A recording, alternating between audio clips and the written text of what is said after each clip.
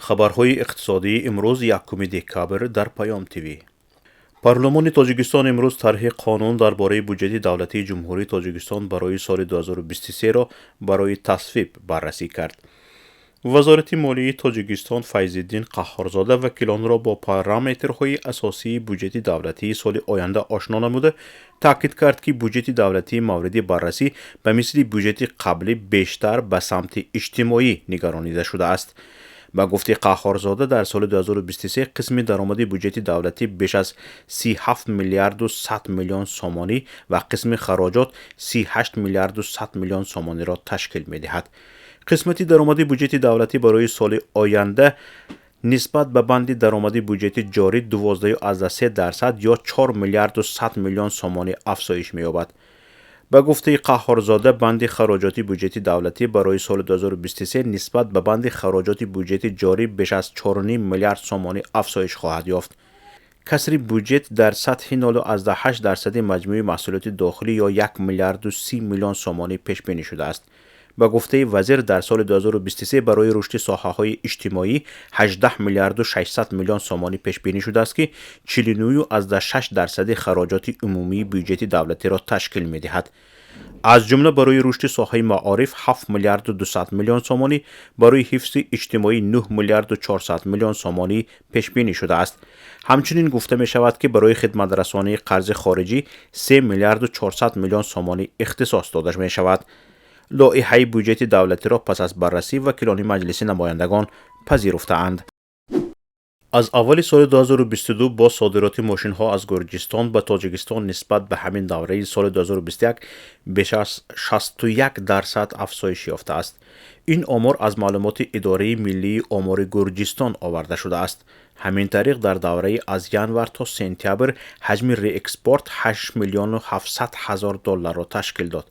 این در حالی که یک سال قبل این رقم به 5 میلیون و 400 هزار دلار برابر بود. در دوام 9 ماه به تاجیکستان 1470 ماشین وارد شده است. یادآور می‌شویم که تاجیکستان در نیم ساله اول سال جاری حدود 130 عدد ماشین های برقی وارد کرده بود. بر خبر خدمات گمرکی کشور حجم واردات این نوع خودروها 3 میلیون 400 هزار دلار را تشکیل داده است. قرغیزستان به دلیل تامین نمودن کشاورزان خود با ذخیره کافی نیروهای مینرالی صادرات نیروهای مینرالی را به تاجیکستان منع کرد. دفتر مطبوعاتی وزارت کشاورزی قرغیزستان در این باره خبر داده نوشت که منع صادرات نیروهای مینرالی به بیرون از قلمرو گمرک اتحاد اقتصادی اوراسیا دخل دارد و پیش از همه منع کردن صادرات آن به تاجیکستان پیش بینی شده است. و اطلاع وزارت تا آغاز کارهای صحرایی در ناحیه‌های جنوبی قرغیزستان نارسایی نیروهای مینرالی در نتیجه ری اکسپورت آن به تاجیکستان مشاهده خواهد شد. چون در تاجیکستان موسم کار در صحرا نسبت به قرغیزستان بروقتر آغاز می شود، از این رو بنابر طلبات زیاد و بلند بودن نرخ نیروهای مینرالی در تاجیکستان، فروشندگان قرغیز آن را ارزان خریداری کرده در تاجیکستان به نرخ آسمانی به فروش می‌گذارند. باید گفت در خود قرغیزستان استحصال نیروهای مینرالی وجود ندارد. اکثر آن از ازبکستان وارد می شود. همچنین 35% نیروهای مینرالی از روسیه و قزاقستان به قرغیزستان آورده می شود. در تاجیکستان چند پیش کارخانه استحصال نیروهای آزاتی فسفردار تالکا کمیکال به استفاده داده شد. اقتدار استحصالی کارخانه نو در یک شبانه روز 200 تن بوده، در یک سال 75,000 تن نیروی مینرالی استحصال می کند. نرخ ارز. بانک ملی تاجیکستان ارزش سامانه را نسبت به اسعار خارجی برای امروز یکم دکبر اعلان کرد. طبق نشاندهی بانک ملی تاجیکستان ارزش 100 روبل روسی برای امروز 16 سامانی و 30 درم است.